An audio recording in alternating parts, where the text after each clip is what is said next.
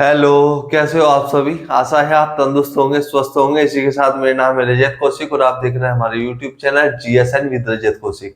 जैसा कि आप सभी जानते हैं, इस चैनल पर हम सामान्य ज्ञान से संबंधित रोचक जानकारियां महत्वपूर्ण तथ्यों के साथ लेकर आते हैं और इसी क्रम को बरकरार रखते हुए आज हम एक नई वीडियो के साथ आपके सामने हाजिर हुए हैं। वीडियो का जो आज टॉपिक होगा वो भारतीय संविधान के अंतर्गत जो इसके भाग हैं भारतीय संविधान के, उसकी हम एक संक्षिप्त रूप से चर्चा करेंगे। और साथ ही यह वीडियो इसलिए भी महत्वपूर्ण हो जाती है क्योंकि इसमें से वन लाइनर क्वेश्चन आपके कम्पिटिटिव एग्जाम में पूछे जाते हैं और पूछे जाते रहेंगे निरंतर। तो हमारी वीडियो को अधिक से अधिक मात्रा में देखकर आप अपने ज्ञान में वृद्धि करें और आपके जो कम्पिटिटिव एग्जाम में क्वेश्चन आते हैं उनमें आप एक अच्छे नंबर हासिल कर सकते हैं। तो चलते हैं वीडियो की ओर। और वीडियो शुरू करने से पहले आपसे एक विनम्र आग्रह, आप हमारे चैनल पर नए हो तो हमें सब्सक्राइब अवश्य करें ताकि और बेल आइकन को अवश्य दबाएं ताकि नोटिफिकेशन के माध्यम से आपको इस तरह की अन्य वीडियो की जानकारी भी समय से मिल सके और हमें अपना प्रोत्साहन स्वरूप शेयर कर हमारा मार्गदर्शन करें। तो चलते हैं वीडियो की ओर। वीडियो का जो आज टॉपिक है, जैसे मैंने बताया, 22 भाग भारतीय संविधान के हैं, उनकी एक संक्षिप्त रूप से चर्चा करेंगे। ठीक है, तो मैंने वैसे तो याद नहीं होते 22 भाग, तो मैंने एक डायग्राम बनाया है, आपको बहुत अच्छे से याद हो जाएगा कि 22 भाग आपको कैसे कैसे याद रखने हैं। ठीक है, बहुत ही सिंपल तरीके से आपको याद करा दूंगा, आप बस वीडियो पे मेरे साथ बने रहिए। तो चलते हैं वीडियो की ओर। ठीक है, तो मैं आपको बता दूं, ये जितने भी है कॉलम है ये सब भाग है। ये 1 है, ये 2 है, ये 3 है, ये 4 है, ये 5 है, ये 6 है, ये सॉरी ये 6 है, ये 7 है, ये 8 है, ये 9 है, ये 10 है, ये 11 है, ये 12 है, ये 13 है, ये 14 है, ये 15 है, ये 16 है, ये 17 है, ये 18 है, ये 19 है, ये 20 है और ये आपका 21 है और ये 22 है। जैसा कि आप सभी जानते हैं, हमारा संविधान जो है 22 भागों में विभाजित है। ठीक है, तो उन विभागों के अंतर्गत क्या क्या विषय हैं तो उनका एक क्रम बनाया हुआ है। मैंने आपको बहुत अच्छे से याद हो जाएगा। इसमें अनुच्छेदों का भी वर्णन है कि कौन सा अनुच्छेद किस भाग के अंतर्गत आता है। तो सबसे पहला जो भाग है वो है संघ और उसका राज्य क्षेत्र। जो भारत है, भारत एक संघ है। संघ का मतलब भारत जो है वो राज्यों का एक संघ है। इसकी एक जो व्याख्या दी गई है अनुच्छेद 1 में दी गई है। ठीक है, तो यानी कि भाग 1 में क्या, भाग 1 में 1 से लेकर 4 तक अनुच्छेद है। ठीक है, आर्टिकल 1 से 4 तक आर्टिकल है और किससे संबंधित है? संघ और उसके राज्य क्षेत्र से संबंधित है। भाग 1, ठीक है, आपको याद रखना है, उस भाग 1 संघ और उसके राज्य क्षेत्र से संबंधित है। दूसरे में क्या है? दूसरे में है भारत की नागरिकता, सिटीजनशिप। ठीक है, तो उसमें क्या क्या एक्ट है? उसमें 5 से लेकर अनुच्छेद 11 तक आपके नागरिकता से संबंधित प्रावधान है, यानी कि भाग 2 में आपकी नागरिकता है। भाग 3 में आपके मूल अधिकार है। ठीक है, मूल अधिकार यानी कि मौलिक अधिकार आपके। ठीक है, 12 से 35 तक होते हैं ये अनुच्छेद और आपके जो ये मूल अधिकार हैं ये आते हैं भाग 3 में। ठीक है, भारतीय संविधान के अंतर्गत भाग 3 में मूल अधिकारों का वर्णन किया गया है। भाग 4 में आते हैं आपके नीति निर्देशक तत्व।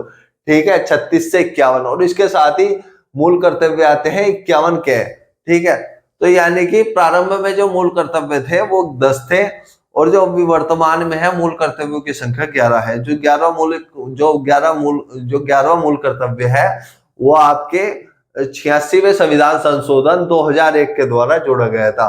तो आपके लिए एक सवाल, आप बताएं कि मुझे 11वां मूल कर्तव्य क्या है भारतीय लोगों का? मौलिक अधिकार तो भाई सबको पता है, पर कर्तव्य मेरे हिसाब से कर्तव्य सबको पता होने चाहिए, क्योंकि अधिकारों से जो पहले पंक्ति में स्थान आता है वो कर्तव्यों का आता है। आप अपने कर्तव्यों का निर्वहन करेंगे तभी तो आपको अधिकार मिलेंगे। ठीक है, जब मतलब कि कर्तव्य आपको निभाना नहीं और अधिकार आपको चाह रही है, तो this is not fair, English में कहते हैं जैसे। तो मेरे हिसाब से तो भाई आपको मूल कर्तव्य पहले पता होने चाहिए, मूल अधिकार बाद में पता होने चाहिए। ठीक है, अधिकार तो आपको मिल जाएंगे जब आप उसके काबिल होंगे। ठीक है, मूल कर्तव्य बताएं, 11वां मूल कर्तव्य क्या है?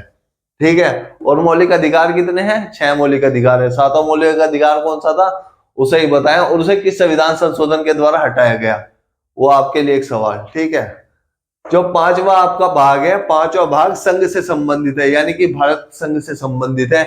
इसमें जो आर्टिकल है वो अनुच्छेद 52 से लेकर 151 तक आपके संघ के अंतर्गत आते हैं। कौन सा भाग है? भाग 5। किससे संबंधित है? संघ से संबंधित है। कितने आर्टिकल है? 52 से लेकर 151 तक। ठीक है। ऐसे याद करे जाते हैं, और ऐसे ही पूछे जाते हैं आपके कोई कॉम्पिटिटिव एग्जाम में कि भारतीय संविधान के अंतर्गत भाग 5 किससे संबंधित है, तो ऑप्शन रहेंगे संघ, राज्य, केंद्र शासित प्रदेश, इस तरीके से। तो आपको बताना है संघ से संबंधित है। ठीक है।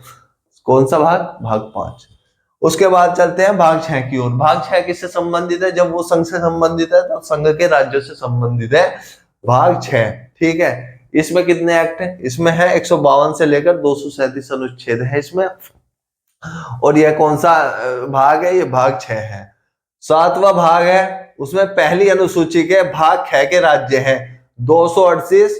इस 238 एक्ट 238 इसमें अनुच्छेद है, अनुच्छेद का नाम 238, और ये निरासित है। निरासित का मतलब मैं आपको बता दूं, जब 1956 में राज्य पुनर्गठन आयोग के अंतर्गत राज्यों का पुनर्गठन हुआ, तो इसमें पहली अनुसूची के भाग 6 के जो राज्य थे, जैसे आपके क्या नाम, जम्मू कश्मीर हो गया आपका, और पूर्वी पंजाब हो गया, और महाराष्ट्र के कुछ क्षेत्र, और राजस्थान का कुछ क्षेत्र था। पूर्ण रूप से तो मेरे याद नहीं आ रहा कि कौन कौन से क्षेत्र थे, तो उसमें मेरे ख्याल है कि 6-7 राज्य थे। तो उन्हें पहले उनसे संबंधित है ये, मतलब कि एक तरीके से ये निराशित है, इसका कोई काम नहीं है, इसे हटा दिया गया है। हटा दिया गया है क्या मतलब? ये राज्यों में स्थापित हो चुके हैं अब। ठीक है। इसलिए निराशित शब्द लिखा हुआ है यहाँ। इसमें एक ही एक्ट है 238। आपसे पूछ भी लेगा कि कॉम्पिटिटिव एग्जाम में भारतीय संविधान के अंतर्गत कौन सा भाग निराशित है, यानी कि हटा दिया, निराशित भाग है, तो वो आपको बताना पड़ेगा। भाग 7 निराशित है भारतीय संविधान का। कितना एक्ट है इसमें? एक ही एक्ट है 238 अनुच्छेद। ठीक है। किससे संबंधित है? प्रथम अनुसूची, पहली अनुसूची के भाग 6 के राज्य इसमें संबंधित है। ठीक है। उनसे संबंधित था ये। उसके बाद आता है आपका 8वां भाग। 8वां भाग किससे संबंधित है? संघ राज्य के क्षेत्रों से संबंधित है, जिसे आप कह सकते हैं यूनियन टेरिटरी। ठीक है। केंद्र शासित प्रदेश जिसे कहते हैं आप, उससे संबंधित है। इसमें कितने प्रावधान है? इसमें कितने अनुच्छेद है? 239 से 242 तक इसमें अनुच्छेद है। ठीक है। आपके तो कॉम्पिटिटिव एग्जाम में पूछा जाएगा कि भारतीय संविधान का कौन सा भाग संघ राज्य क्षेत्र से संबंधित है, तो आप बताएं। 8वां जो भाग है वो संघ राज्य क्षेत्र से संबंधित है। कितने एक्ट है इसमें? 239 से 242 तक एक्ट है। ठीक है। उसके बाद 9वां भाग आ जाता है पंचायतों से संबंधित। ठीक है। आपके लिए एक सवाल, आप बताएं कि भारत में पंचायती राज व्यवस्था कब से लागू की गई थी? ठीक है। एक क्वेश्चन है आपके लिए। अब आते हैं वीडियो की ओर। वीडियो का जो भाग 9 है वो पंचायतों से संबंधित है। पंचायतों में जो एक्ट अनुच्छेद का वर्णन किया गया है वो 243 अनुच्छेद का वर्णन किया गया है। 243 अनुच्छेद के अंतर्गत ही कई व्यवहारिक शब्दावलियों का इसमें क्रम रखा गया है। ठीक है। उसमें नगर पालिकाएं भी आ जाती हैं और सहकारी समितियां भी आ जाती हैं। ठीक है। पंचायतों का जो स्थान है वो 243 के से लेकर 9 तक है। ठीक। कॉम्पिटिटिव एग्जाम में पूछा जाए कि 243 कैसे आने तक क्या है, तो उसमें पंचायतें हैं आपकी। 243 तय से 243 यह 6 तक क्या है आपके? वो नगर पालिकाएं हैं। और 243 यह ज से लेकर 243 यह न तक क्या है? वो आपकी सहकारी समितियां हैं। सहकारी समितियां होते हैं कोऑपरेटिव सोसाइटियां। ठीक है। जो सरकार के उपक्रमों, सरकार का जो एक उपक्रम होती है उन्हें कहते हैं सहकारी समितियां। ठीक है। तो ये भाग 9 से संबंधित है। कई बार एक क्वेश्चन इससे हटके ही पूछेगा कि भारत के अंतर्गत भारत के उपक्रम से संबंधित कौन सा भाग है, तो वो 9वां भाग है। ठीक है। सहकारी समितियां जिन्हें कहते हैं। ठीक है। उसके बाद आते हैं भाग 10 की ओर। भाग 10 जो है वो जनजातीय, वो अनुसूचित और जनजातीय क्षेत्रों से संबंधित है, यानी कि SC ST के जो क्षेत्र होंगे उससे संबंधित है भाग 10। इसमें कितने एक्ट हैं? इसमें आपके 244 से लेकर 244 क तक, ठीक है। 244 और 244 का किससे संबंधित है? अनुसूचित और जनजातीय क्षेत्रों से संबंधित है। कौन सा भाग है? भाग 10, ठीक है, याद रखें। अब आते हैं भाग 11 की ओर। भाग 11 क्या है? संघ और राज्य के बीच संबंधों का इसमें एक विस्तृत वर्णन दिया गया है, ठीक है। भाग 11 में कौन से कितने एक्ट है? 245 से 263 एक्ट है, ठीक है। यानी कि आप कॉम्पिटिटिव एग्जाम में पूछा जाएगा कि भारत का 11वां भाग किससे संबंधित है? वह संघ राज्यों के बीच जो संबंध होता है उससे संबंधित है 11वां भाग। 12वां जो भाग है, 12वां भाग है वित्त संपत्ति समुदाय और वाद, इससे संबंधित है 12वां भाग। इसमें कितने एक्ट हैं? इसमें है 264 से लेकर 300 तक, ठीक है। उसके बाद आता है आपका 13वां भाग। 13वां भाग किससे संबंधित है? भारत के राज्य क्षेत्र के अंदर जितने भी व्यापार होंगे, वाणिज्य होंगे और समागम होंगे, यानी कि गैदरिंग वगैरह, जितने भी सम्मेलन वगैरह होते हैं, उनकी जो विस्तृत जानकारी दी गई है वो 301 से 360 तक दी गई है एक्ट के अंतर्गत, ठीक है। कौन सा भाग है? भाग 13, ठीक है। आप समागम का मतलब गैदरिंग, इकट्ठे होना, ठीक है। उसके बाद भाग 14। अरे आपको एक बता दूं कि जो फिलहाल में भारत के अंतर्गत प्रयागराज में महाकुंभ का आयोजन किया गया है, तो वो भाग 13 के अंतर्गत आता है, ठीक है। यानी कि समागम जो है वो भाग 13, यानी कि महाकुंभ का जो हम महाकुंभ की एक परिभाषा रखेंगे तो भाग 13 के अंतर्गत आती है, ठीक है। उसके बाद आते हैं भाग 14 की ओर। भाग 14 किससे संबंधित है? भाग 14 है संघ और राज्य के अधीन सेवाओं से और अधिकरण से, ठीक है। जितने भी आपके संघ की जो सेवाएं हैं यूपीएससी लेवल की, और राज्य की जो सेवाएं हैं आपकी स्टेट सिविल सर्विसेज की, उनका जो विस्तृत स्वरूप जो दिया गया है वो भारत के भाग 14 के अंतर्गत दिया गया है। किसके कौन कौन से एक्ट है उसमें? संघ और राज्य के अधीन सेवाओं का जो एक्ट है वो है 308 से लेकर 323 तक, और अधिकरण जो है 323 से लेकर 323 तक, ठीक है। इसमें जितने भी आपके स्टेट गवर्नमेंट के बॉडीज के जितने भी डिपार्टमेंट होंगे, सेवाएं होंगी, उसका विस्तृत वर्णन है, और साथ ही जितने भी सेंट्रल गवर्नमेंट के डिपार्टमेंट बॉडीज होंगी उनका विस्तृत वर्णन है सेवाओं का, ठीक है, सिविल सेवाओं का। उसके बाद आते हैं निर्वाचन की ओर, जो कि एक महत्वपूर्ण मुद्दा है। और आपसे एक सवाल है इसके बारे में बताने से पहले कि आप बताएं कि अभी हाल फिलहाल में कल परसों ही भारत के नए सीईसी का चुनाव हुआ है, चीफ इलेक्शन कमिश्नर का, ठीक है। तो आप बताएं कि वो उनका नाम क्या है, ठीक है। आपसे आशा है आप कमेंट में हमें उससे बताएंगे। तो निर्वाचन का जो भाग है वो भाग 15 है, यानी कि क्वेश्चन आ जाएगा, और क्वेश्चन आ भी जाता है, कई बार आया है सब निर्वाचन से संबंधित, तो कि भारतीय संविधान के अंतर्गत कौन सा भाग निर्वाचन से संबंधित है? तो भाग 15 है जो निर्वाचन से संबंधित है। इसमें कितने अनुच्छेद है? इसमें 324 अनुच्छेद से लेकर 329 अनुच्छेद है, ठीक है। उसके बाद आते हैं हम 16 भाग की ओर। भारतीय संविधान का जो 16वां भाग है वो है कुछ वर्गों के संबंध में विशेष उपबंध, ठीक है। आप देखते होंगे कि भारत के अंतर्गत कई वर्गों का निर्धारण करती है गवर्नमेंट, यानी कि कोई आर्थिक रूप से पिछड़ा है, कोई सामाजिक रूप से पिछड़ा है, तो उनके वर्ग कैटेगराइज वर्ग बना रखे हैं, तो उनका जो एक विस्तृत स्वरूप दिया है वो भारत के संविधान भाग 16 में दिया गया है, ठीक है। कितने एक्ट है इसमें? 330 से लेकर 342 तक जितने अनुच्छेद हैं वो भाग 16 के अंतर्गत आते हैं, और किसका निरूपण करते हैं?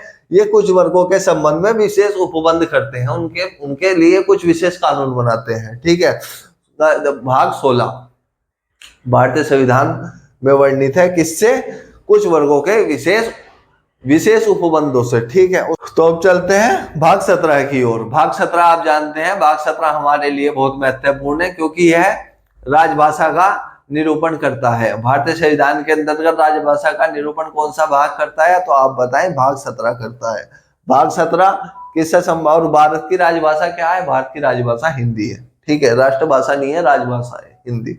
उसमें जो एक्ट दिए गए हैं 243 से लेकर 351 तक राजभाषाओं से संबंधित एक्ट है, ठीक है। 243 से लेकर 351 तक राजभाषा से संबंधित इसमें अनुच्छेद है। और यह कौन सा भाग है? भाग 17, भारतीय संविधान का भाग 17 राजभाषा से संबंधित है, ठीक है। भाग 18 में क्या दिया गया? भाग 18 में दिया गया आपात उपबंध, यानी कि आपने देखा होगा जितने भी इमरजेंसी होती है, राष्ट्रपति शासन लगते हैं, राज्यपाल शासन लगते हैं, और आपका एक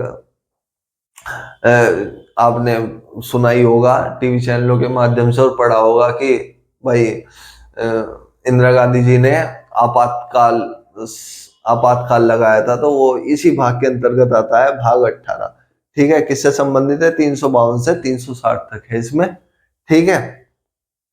यानी कि और आप मुझे बताएं कि भारत के अंतर्गत कितने आपातकाल है, ठीक है, कितने आपातकालों की संख्या यानी कि कितने आपातकाल रखे गए हैं भारतीय संविधान के अंतर्गत, तो बताएं कितने आपातकाल थे। उसके बाद आते हैं भाग 19। भाग 19 प्रकीर्ण है। प्रकीर्ण यानी कि 361 से 367 अनुच्छेद है। प्रकीर्ण का अर्थ मैं मतलब बता दूं आपको, प्रकीर्ण का अर्थ होता है एक विस्तृत यानी कि फैलाव जिसका कुछ नाम नहीं हो सकता, एक मतलब कि जो 19वां भाग है इसका, भारतीय संविधान का एकमात्र भाग है भाग 19, जो मतलब कि बिना नाम का है, इसका कोई नाम नहीं है, इसे प्रकीर्ण कहा गया है। यानी कि प्रकीर्ण का मतलब इसमें बहुत सारा मटेरियल है जो किसी और आपके भाग में नहीं है, तो उसका जो एक विस्तृत रूप दिया गया है भाग 19 में दिया गया है, इसलिए भाग 19 को कहा जाता है भारतीय संविधान का प्रकीर्ण भाग, ठीक है।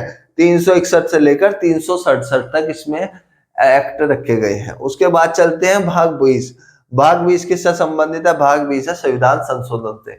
आप जानते होंगे कि भारतीय संविधान के अंतर्गत संसद समय समय पर भारत की जनता और अपनी सुविधाओं के लिए कुछ विशेष नियम कायदों में संशोधन करती रहती है। तो वो करती है किस भाग के अंतर्गत? भाग 20 के अंतर्गत करती है।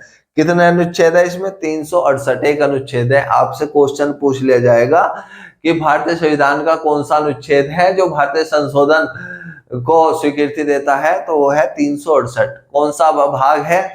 भाग 20। भाग 20 के अंदर 368 भारतीय संविधान संशोधन की अनुमति देता है। उसके बाद चलते हैं भाग 21। भाग 21 है अस्थायी संक्रमणकालीन विशेष उपबंध, इनका निर्धारण करता है भाग 21। कितने अनुच्छेद है? 368 से लेकर 392 तक, ठीक। यानी कि भाग 21 अस्थायी संक्रमणकालीन विशेष उपबंध नियम बनाने का कार्य करता है। 368 से 392 तक इसमें अनुच्छेद है, ठीक है। 22वां भाग कितने एक्ट है इसमें? 393 से लेकर 395 इसमें अनुच्छेद है। यानी कि 22वां भाग है जो एक अर्थ बताता है भारतीय संविधान के अंतर्गत जो शब्दों का इस्तेमाल किया गया है, संक्षिप्त नाम, प्रारंभ, हिंदी में प्राधिकृत पाठ और निरसन, ठीक है। यानी कि अर्थ का एक निरूपण करता है 22वां भाग। 393 से लेकर 395 अनुच्छेद है। तो आपको पता लग गया होगा कि भारतीय संविधान के अंतर्गत कितने अनुच्छेद है? 395 अनुच्छेद है। कितने भाग है? 22 भाग है। कितनी अनुसूचियां हैं? 12 अनुसूचियां हैं भारतीय संविधान के अंतर्गत। तो इस तरीके से मैंने आपको बताया, एक डायग्राम बना के एक और एक ऐसे काट दिया, क्योंकि मैं अगर जो लिखता या फिर वैसे बताता तो आपकी समझ में शायद ना आता।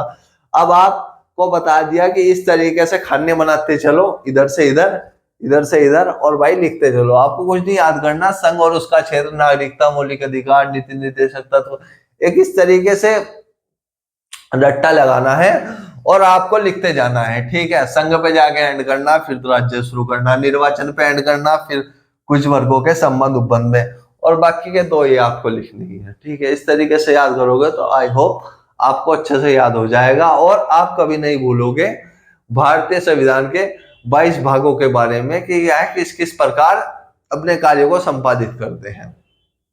तो इसी के साथ यह वीडियो मेरी संपूर्ण हुई और आशा है आपको अच्छी लगी होगी, और इसे आप लाइक, कमेंट, शेयर अवश्य करेंगे ताकि हमें प्रोत्साहन मिल सके और हम इसी प्रकार के अनन्य कंटेंट आपके सामने समय से लाते रहेंगे। तो इसी के साथ लेते हैं विदा और मिलेंगे अगली वीडियो में। जय हिंद, जय भारत, वंदे मातरम।